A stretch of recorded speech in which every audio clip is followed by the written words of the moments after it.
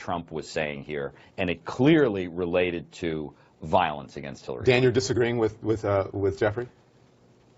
I mean, Don, I'm trying not to break down in laughter. This conversation's almost broken into the comical realm. It's clear what he was suggesting. I mean, he clearly, from what I had to read through his exact comments in the Washington Post today twice when I was asked to be on the show to try to find out what exactly the controversy was even about. Okay, let's play it again. Stand by, Dan. Let's play it just in case you're not you're confused. Let's play it again. No, I'm not confused, though. Okay, let's play it. Hillary wants to essentially abolish the Second Amendment. By the way, and if she gets to pick her judges, nothing you can do, folks. Although the Second Amendment people, maybe there is, I don't know. But okay, explain to us, people who don't understand, and that you want to laugh at what he meant by that. Don, the man, I think we all know, is running for president of the United States. He probably has some data that one-issue voters, a lot of one-issue voters vote on the Second Amendment issue. It's clear he's trying to motivate people to go out and vote based on the potential for an open Supreme Court seat. How that's clear to you, that was some kind of call to an open revolution and to start firing your weapons at public officials, is utter absurdity. No one said that, Dan. No one said that. No one said that. And so, no one said that. If he wanted people to go out and vote, why not just say, go out and vote, the Supreme Court depends on it. Listen, the Second Amendment depends on it. Why say something like that if that's not what he meant? As someone who's running for leader of the free world, shouldn't he be as clear in his words as possible? Go ahead.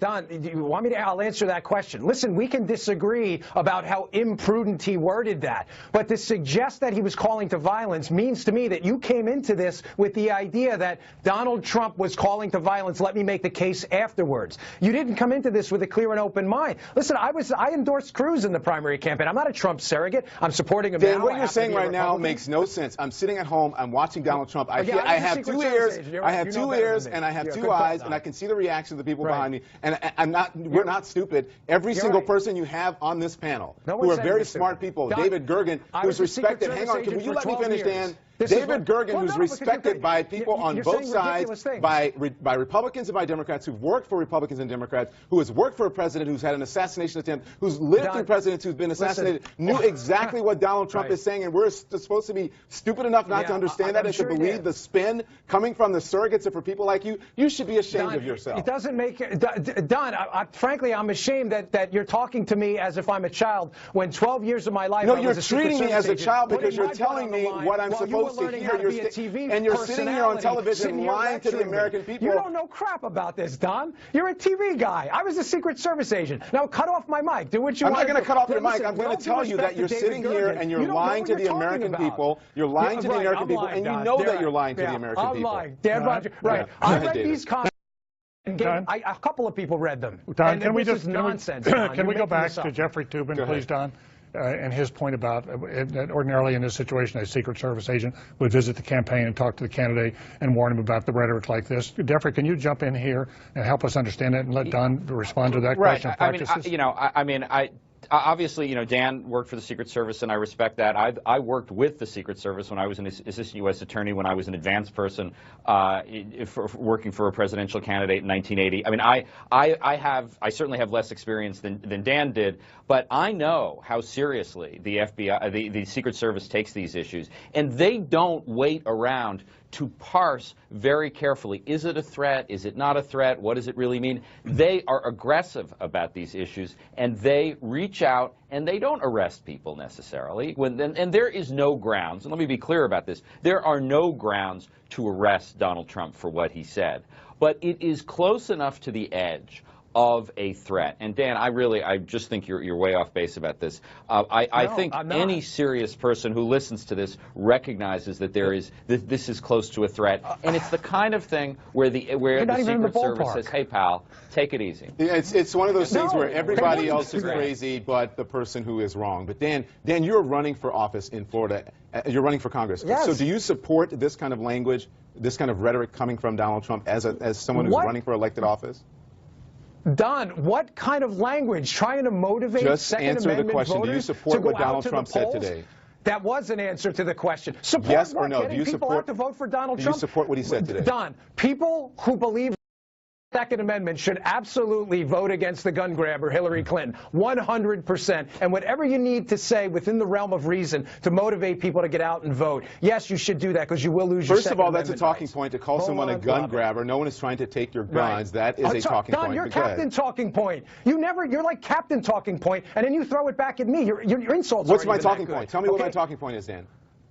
You came into this and you said, listen, this is pretty clear. Donald Trump was implying some kind of a violent act against Mrs. Clinton, which I'm telling you from 12 years of experience doing that. How is that a talking point? Do you know what a talking point is? A talking point is when you are a political operative and you go on television every single day and you say the same thing over and over and over, whether it's wrong or not, because you have been fed something by the campaign. I've never said this over and over.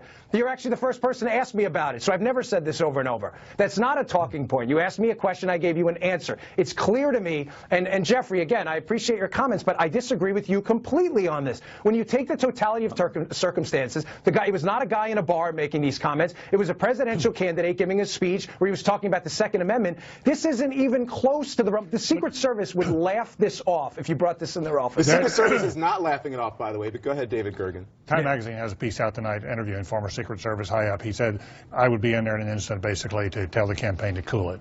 That this is very clear. This is very, well, it's just like you. It's someone who they went to interview, and he said, you know, this is very close to the edge. The very words Jeffrey Toobin used. And so I think you at least have to agree to the proposition that reasonable people can have a different interpretation of what he said, that it falls on different ears. You know, that's what a dog whistle is all about. Some people hear one thing, some people hear another. After you've gone out and called her crooked for all this time, basically called her a criminal, ought to be in jail. Your people are always yelling, lock her up. One of your people, you know, said she ought to be shot for treason. And you have my people? No, that's one of Trump's people. One of his top supporters says she ought to be shot for treason. When you have that kind of rhetoric of violence, wait a second. When you have a rhetoric of criminality and violence, and then Donald Trump drops these words into the middle of it, don't you think that some people could reasonably conclude from that? Wait a minute, that really sounds like a sort of a subtle call to violence in the event that she wins. Because David, don't you understand that some people? By the way, Dan, there's a Secret Service official Twitter account that says the Secret Service is aware of the comments made earlier this afternoon, and as you said, laughing it off. They're not laughing it off. They're not laughing. That's exactly right.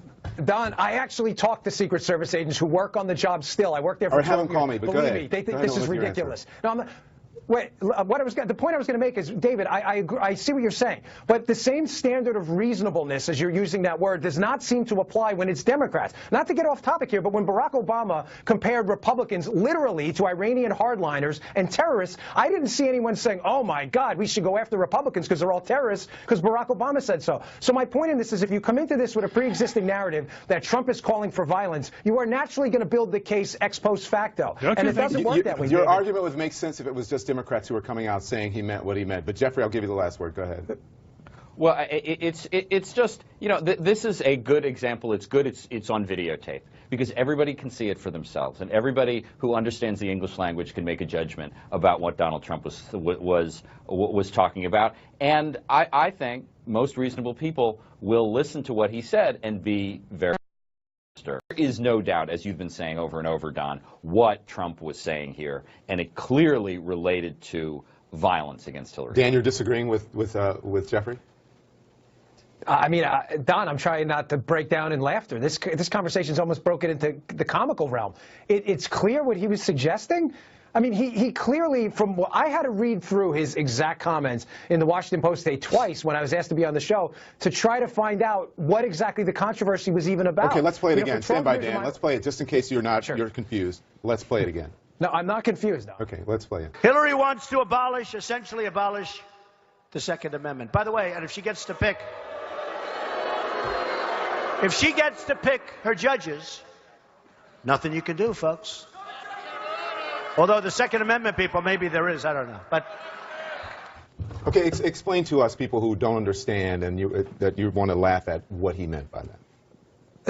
Don, the man, I think we all know, is running for president of the United States. He probably has some data that a lot of one-issue voters vote on the Second Amendment issue.